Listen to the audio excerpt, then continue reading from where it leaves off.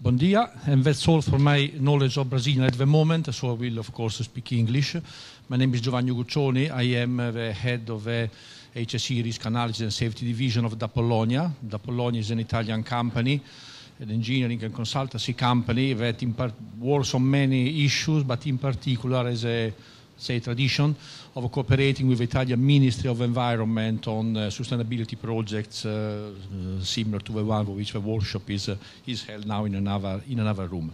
In this legislation that deals with prevention of emergency of industrial origin, so those related to the presence of dangerous substances in plants that due to an accident can be released in form of energy or in form of substance, can have an impact, of course, on the safety of the personnel, safety of the population, can have an impact on the environment as well. The second part is, which is in Italy the structure to deal with an emergency in case an emergency occurs. It can be either an emergency from an industrial plant that was preventable, that still occurs, or a natural emergency that cannot be prevented, like an earthquake, like a volcano eruption. You know that Italy is an area that has where earthquake, volcanoes are present, natural hazards, environmental hazards, etc. The first step deals with the so-called, that you probably know, Seveso directive. The Seveso directive is the European Union directive that deals with the prevention and control of major accidental hazards.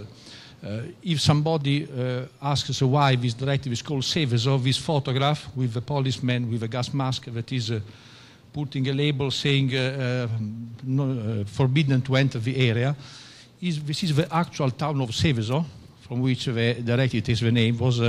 It is a town north of Milano, in northern Italy, where in 1976, an accident occurred with the release of toxic substance, dioxin, that contaminated the whole area and made the area unfit for residential purposes for many years until it was completely recovered.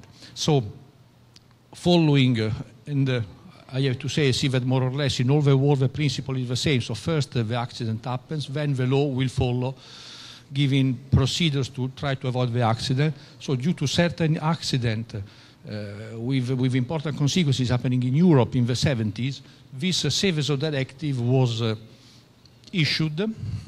Next one. Okay. The Seveso directive was issued in 1982, in which the main, just to summarize very, very in brief, the contents of this directive was to prevent accident. The operators, the owner of the plant who operates a plant, shall satisfy the authorities that he has understood the hazards of the plant and the risk of the plant, and has taken all the measures to control the risk by production of a safety report.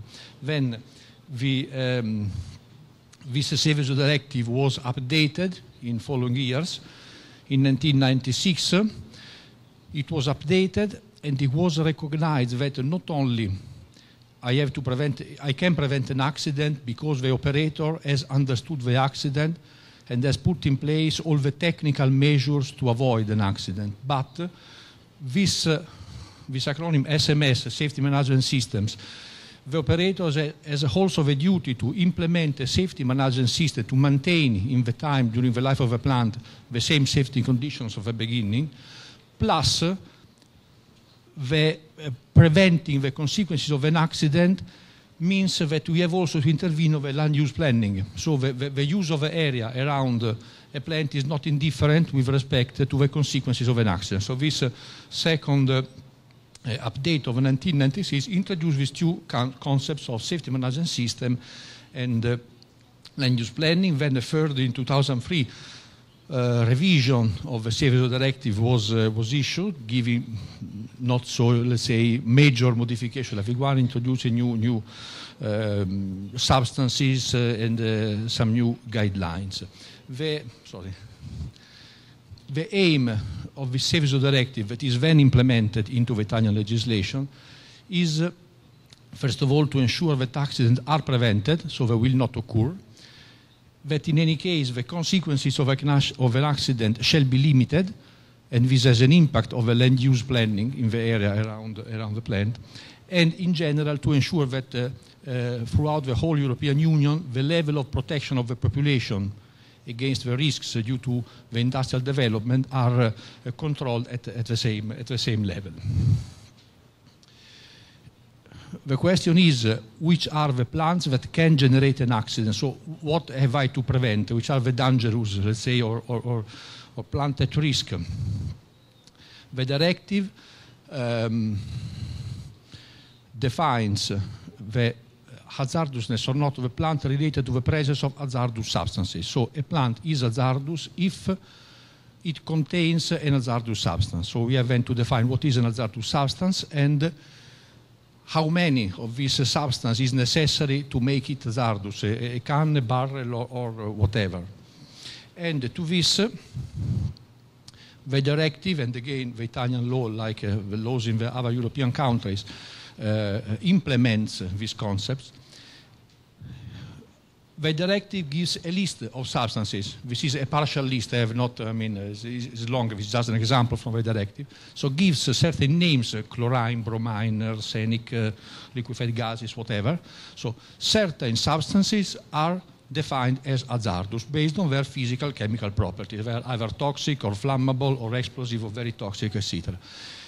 And for each of these substances, two thresholds, two values of the quantity of the substance that is present in the plant can be present during an upset. So not only the substances that I have for the use, for the operation of the plant, but if some substance, dangerous substance, can be generated by an upset in the process, this should be considered as well. Just for your information, the substance that caused the Seveso accident was not present in the process, was generated due to high temperature.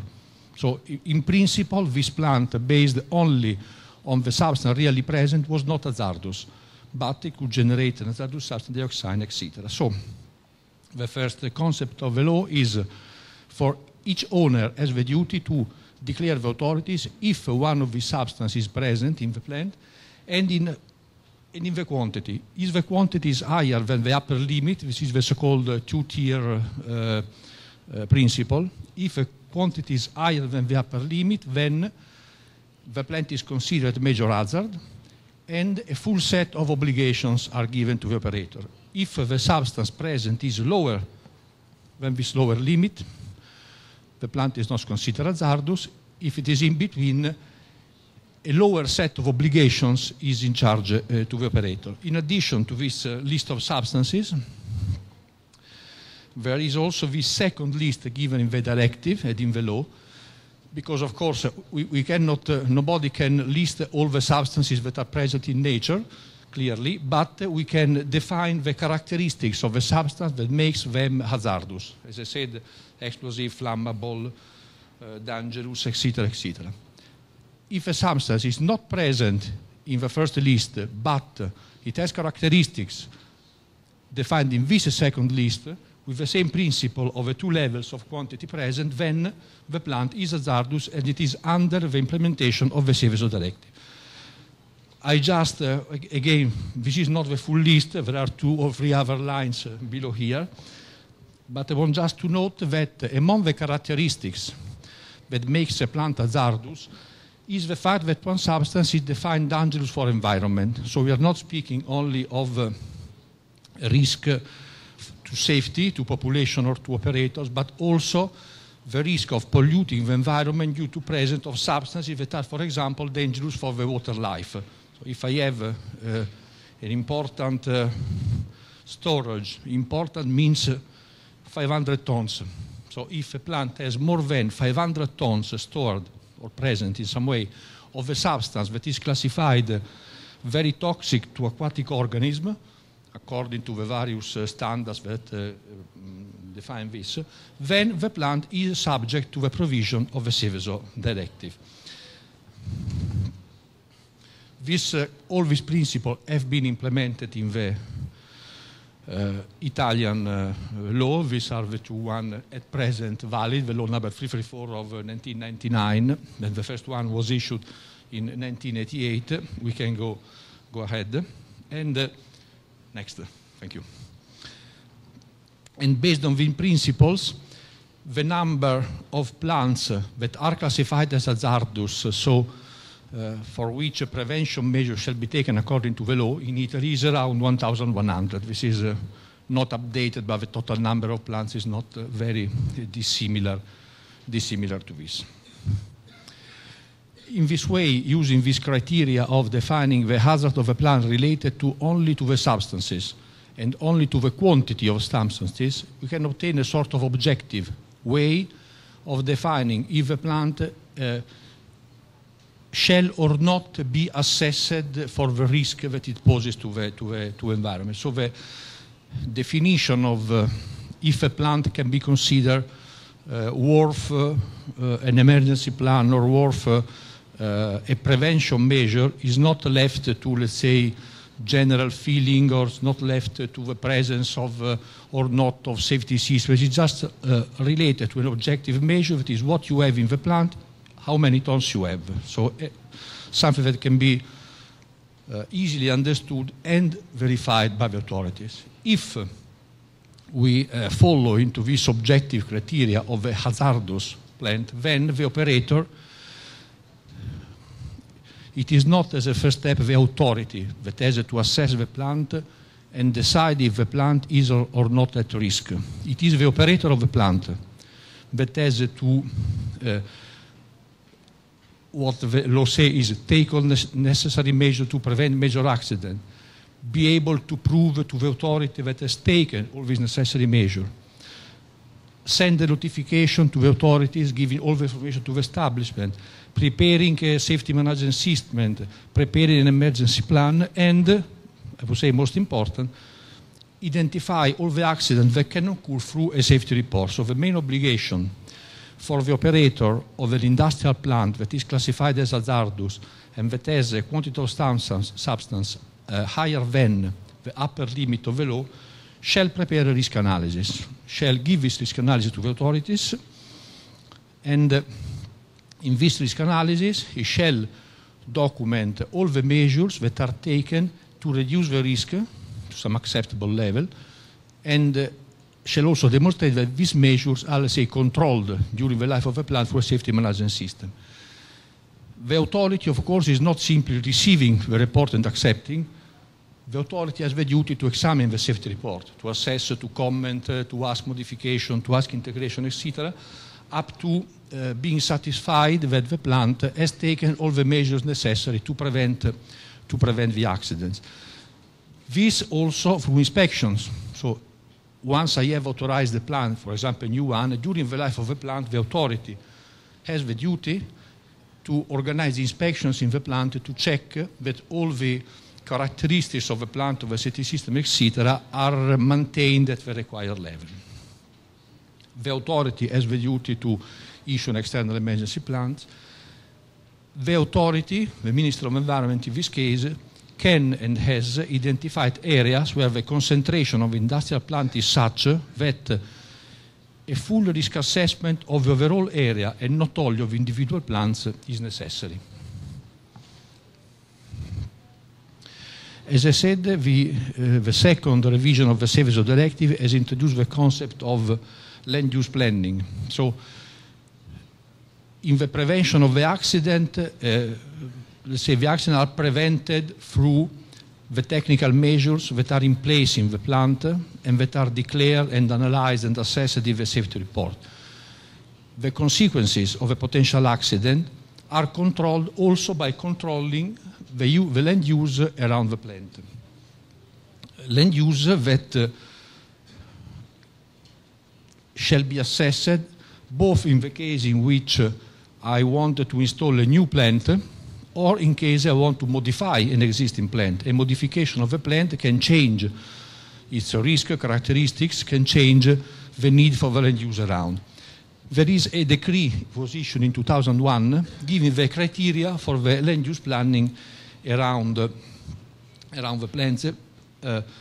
This table, of course, is not cannot be understood as it is, but just a few explanations. This is the criteria given by the Italian law for the assessment of acceptable land use planning around the plant. These letters, A, B, C, D, up to F, refer to land use classes. A is a highly densely populated residential area. F is an industrial area. E is a land use, land farm area, etc. B is less dense populated area, and so on. So from A to F, we reduce the number of people that is normally present in the area, roughly speaking.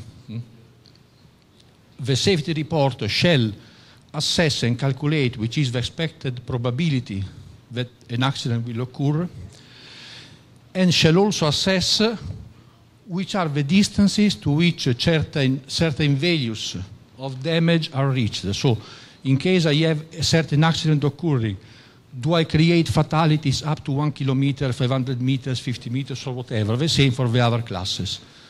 Then, by combining the probability that one certain accident will occur and the distance and the effect that the accident will create on population to a certain distance, this table gives me which are the land uses that are compatible with that accident at that distance. As you can see, to have a very densely populated residential area being compatible with an industrial accident, this can only be true if, in case of an accident, I only have minor consequences in the area, and also the probability of the accident is extremely low.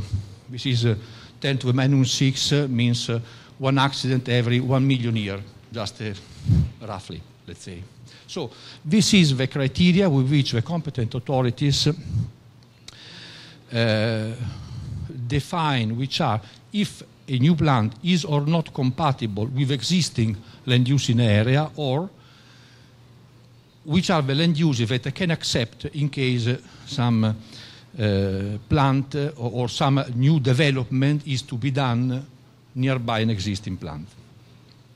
In addition to this, as I said, all this is valid, is applied for individual plants. One operator is asking the authority permission for a plant, present a safety report for its own plant, and the land use is assessed for this plant. But as I said, this is common experience, plants tend to grow up in clusters, in area, in industrialized areas. In Italy we have 6, 7, 8 of these important industrialized areas.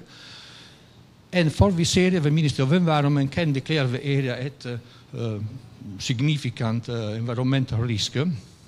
For this area, a risk assessment made with the same principle of a safety report of one plant, but dedicated to assess the risk of all the plants in the area, plus all the transportation systems in the area, pipelines, rail transport, road, ships, etc., to obtain a picture of the overall risk due to all industrial hazardous, in the sense of the safety, so activities in the area can be assessed.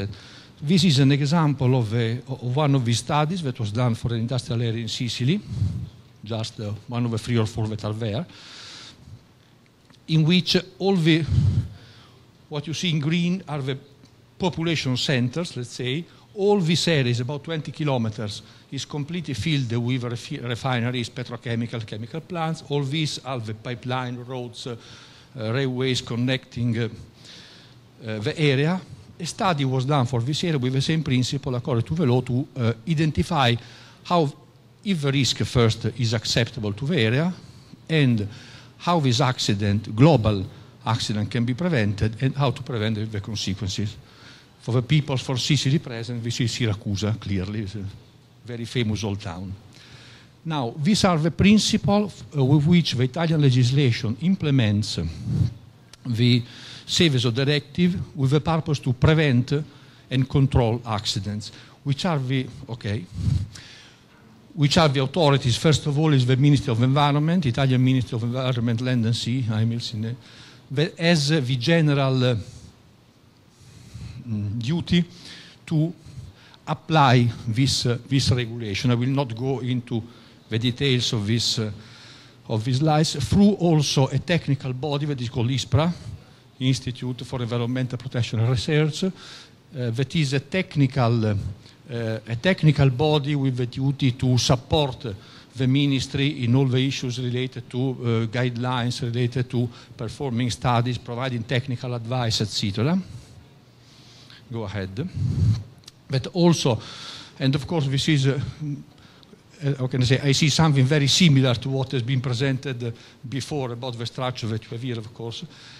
Also maintains the so-called observatory of risk, that is the mapping of the various hazard establishment plans that are present in Italy. Possiamo andare avanti, we can go ahead, I will not go into the details, but in addition to this central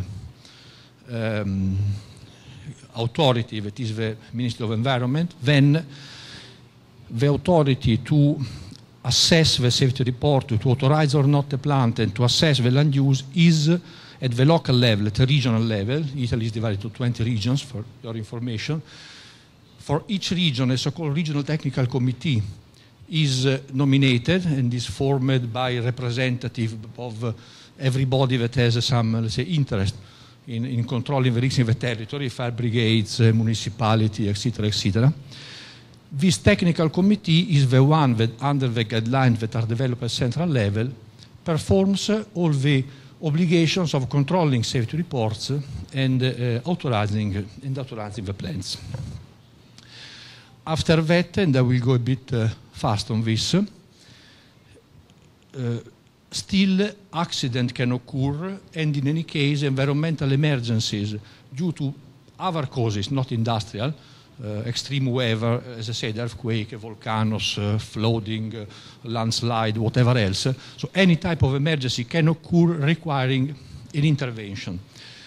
How is organized the intervention system for emergency in Italy? Through the National Civil Protection Service that was created in 1992, that has the aim to protect from damages or danger of damages deriving from anything, natural calamities, catastrophes, other disastrous events. So any event requiring an important emergency action is coordinated by the Italian Civil Protection Service, that is not exactly, let's say, it is a sort of central coordination function of all the various bodies, authorities, etc., including volunteers, including fire brigade, police, military. So in case of an event, all the various national and local bodies that can intervene on a given case are coordinated by the National Civil Protection Services. We can skip this one, just to save time, the next years. That is under the heading of the Prime Minister, just to ensure a high level of operativity to the system. Next. That has also some technical bodies like the National Commission for Prevention of Major Risk that support in the preparation of emergency plans in all the technical activities that are necessary then to develop the plans to operate in case of an emergency. Next. And that in case of emergency coordinate, the civil protection system coordinates the emergencies at which level? You can go ahead of 2 or 3, one more. Okay, ancora? Okay. The events are classified into 3 classes according to how important they are on a national level. So, type A events that have just a local impact. They can be addressed by local institutions. The local fire brigade or the local Red Cross can intervene and solve the problem. Type B, they are important events that need coordination by several bodies and institutions. Type C, events that will require a coordination at the national level. Okay. According to the level of emergency that is declared, the Civil Protection Service is in any way activated or informed in case of an emergency, and then according to the level and to the importance of emergency, the Civil Protection Service, let's say, leave the activity to the local municipal level or takes the coordination through the state representative in a region, in a province, the so-called prefect. At the provincial level, I understand it is not easy to be read, but I think you will have some copies, probably we have access to the slides, by providing a local coordination center to coordinate, again, not forces or bodies that are directly within the Civil Protection Service, but coordinating bodies and forces that are already independently present. Military, the police, the fire brigade, the local health authorities, the local volunteer association, etc., up to the Type C event, so event at a national level, where a central control room in Rome is activated, with all the characteristics of a control room to be operated, of course, in case of a crisis, so security, safety, etc., etc., from which this specific event is coordinated and is managed. Next. We can go ahead. This is what I already said. Okay, control center, we can... Just go into the conclusion. There are these three different systems. Okay, we have 4 bullets, but because this one is included into the first. So the 3 different systems are prevention, Safe as Directive, implementation of the Safe as Directive, through the analysis of the safety report by the local regional technical committee under the guidelines and guidance of the central technical bodies, and by ensuring that the land use around the plant is such to have the consequence of an accident control. And emergency plans, external emergency plans that are developed by the local state authority in a province, that is the prefect, on the basis of the information obtained by the safety reports. The next and last one,